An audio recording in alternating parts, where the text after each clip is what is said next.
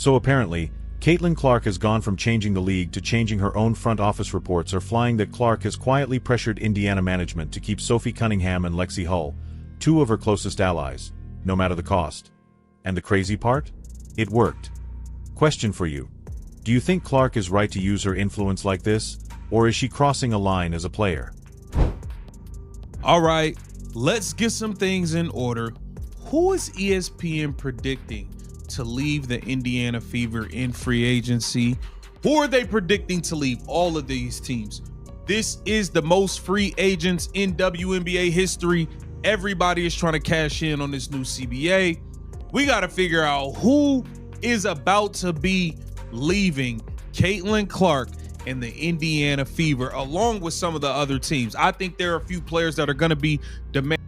Let's start with the shock that blew everything up. It's very uncertain for the entire league in general, but you're a free agent for the first time. Have you thought about what free agency might look like for you if you'd like to be back?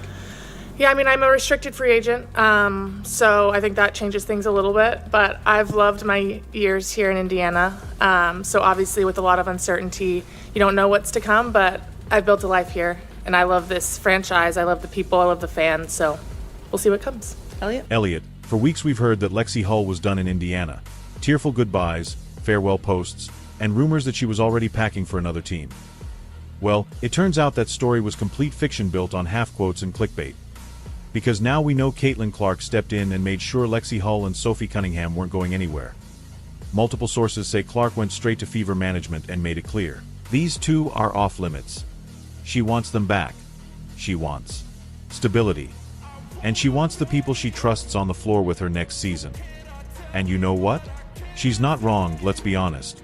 Clark's second year is the make or break moment for this franchise. The Fever went from bottom feeders to a semi-final team largely because of her impact and the chemistry she built with players like Lexie and Sophie. You can see it on the court. Every time Clark drives and kicks to the corner for a Lexie 3, or when Sophie crashes the glass for a putback, it just feels natural. That's chemistry you can't buy at free agency prices. But of course, the media twisted it into a soap opera, because Caitlin Clark saves friends from being cut, sells better than Fever exercise restricted free agent rights like every other team. So, let's clear the confusion. Lexie Hull is a restricted free agent. That means Indiana controls her future. They can match any offer another team gives her. She never said goodbye, she simply said she was unsure, which is what every player says before negotiations begin. What changed everything was Caitlin Clark's reaction. She went public on Lexie's post and commented just 3 words, "So proud of you." That wasn't a goodbye. It was a signal. A subtle way of saying, "I've got you." And trust me, Indiana's front office saw it. Because when Clark backs someone publicly, ownership takes notes. This isn't 2023 anymore. Caitlin Clark isn't just a player, she's a brand worth millions. Her voice carries as much weight as the coach's board. Now, let's talk about why this actually matters. Sophie Cunningham and Lexie Hull aren't the highest scorers on the roster, but they bring edge and loyalty, the stuff that kept this team together when half the lineup was injured. Really, really good. Actually, I'm just actually really motivated, and I think I'm at a really good spot in my life where like I'm just excited to just like pour into my body, pour into things that I enjoy, and I'm just so excited for this upcoming season because I don't know where I'm gonna be, and I just feel like in the W, your golden years, I would say, is anywhere from 28 to 34. When Clark went down late in the season, Sophie was the first one to step up in press conferences, defending her, keeping the locker room calm, and making sure the team didn't spiral. And when Lexie had a rough shooting night, Clark kept feeding her the ball until she hit. That's trust you can't fake. Oh, why would Indiana even risk losing them? Money. Simple as that. The Fever are heading into an off-season where half their bench hits free agency and the salary cap is tight. They can't pay everyone, but they also can't afford to upset the player who brought their franchise back from irrelevance. And that's the power of Caitlin Clark. If she wants someone protected, the team listens. Period.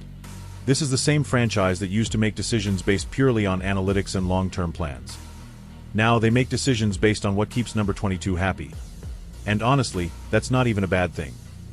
When you have a generational player who fills arenas, sells jerseys, and brings national TV coverage every night, You build around her vision. Not because she demands it, but because she's earned it. Let's not forget, the Fever were a mess before she arrived. They didn't just need a point guard, they needed a leader with a fan base big enough to force management to care again. Clark brought that, so when she pulls management aside and says, "I want Sophie and Lexie back," it's not just a player making a request, it's a statement. A movement.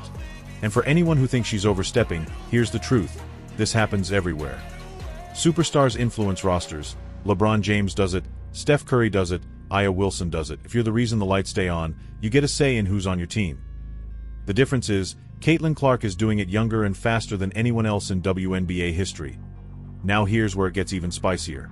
According to multiple insiders, the Fever had already planned to cut costs this offseason by not matching Lexie's next contract offer. They expected her to get attention from other teams that saw her as a defensive specialist off the bench. But once Clark's camp heard that, everything changed. Suddenly, management was reviewing options. Then came the media storm, rumors of Clark's private meeting with GM Amber Cox, discussions about player chemistry, and talk about her core preferences. And just a week later, the tone completely shifted. Now, the same executives who were ready to let Lexie walk are talking about preserving continuity and rewarding chemistry. Translation: Clark got what she wanted. And it wasn't just about Lexie. Sources say Sophie Cunningham, who was already under scrutiny for her outspoken comments and the WNBA warning incident, was also on the chopping block.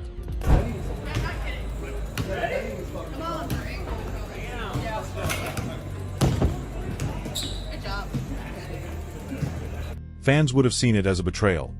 You can't let go of the one player who physically stepped up to protect your franchise star during on-court chaos. That's not how you build trust with your fan base, so Clark's move wasn't just smart, it was necessary. She saved the Fever from their own bad decision and from another round of media backlash. Because let's be real, this team doesn't need more negative headlines. It needs stability, consistency, and the kind of locker room energy that keeps players focused on winning instead of drama. And the chemistry between Clark, Sophie, and Lexie is exactly that. They balance each other out, Clark's fire, Sophie's fearlessness, Lexie's calm defense. That mix is why they were able to punch above their weight all season, so no, this isn't about friendship or favorites, it's about winning. And Caitlin Clark knows exactly what it takes to win. Now here's where things get even more interesting. What Caitlin Clark just pulled off isn't just about saving teammates, it's a statement to the entire WNBA. She basically said, "If you want to win with me, you protect my circle." And that message hit hard across the league. Because make no mistake, this wasn't some small locker room request. This was a power move. Clark is now at the point where her voice carries more weight than half the boardroom combined. Every decision Indiana makes from here on out, trades, signings, marketing, runs through one question.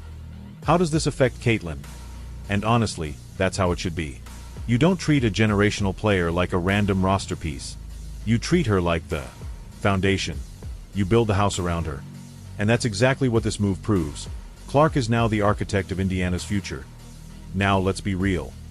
When people first heard she stepped in to save Sophie and Lexie, half the internet freaked out. Some called it favoritism. Others said she was being too controlling. But here's the thing, those same critics forget how much chaos this team went through last season. Half the roster was in and out with injuries. The media was a circus. The league had her under a microscope 24/7. She got hammered on court, booed on the road, and still showed up, dropping threes and dragging her team into the playoffs. You don't survive that kind of season without people in your corner. And for Clark, those people were Sophie and Lexie. Sophie was the first to speak up when everyone else stayed silent. When critics took cheap shots, she fired back. When Clark got fouled hard, Sophie was the one ready to throw elbows. That kind of loyalty doesn't go unnoticed. And Lexie, she's the glue. Quiet, consistent, calm under pressure. The kind of player every star needs beside them. She does all the small things that don't make highlight reels, but win games. She spaces the floor, defends multiple positions, and never complains about her role. You can't replace that chemistry with some random free agent. You can't trade trust. And Caitlin Clark knows that better than anyone, so yeah. She used her influence to make sure the team doesn't mess with that formula. That's not ego, that's leadership. And if Indiana's smart, they'll take the hint. Because let's be honest, the Fever have been historically bad at keeping momentum. They make progress one season, then blow it up the next. Clark's move forces them to break that habit. By backing Sophie and Lexie, she's saying, Stop rebuilding every 6 months. Start building something that lasts. And that's exactly what championship teams do. Now, there's another layer to this story that not enough people are talking about: the timing.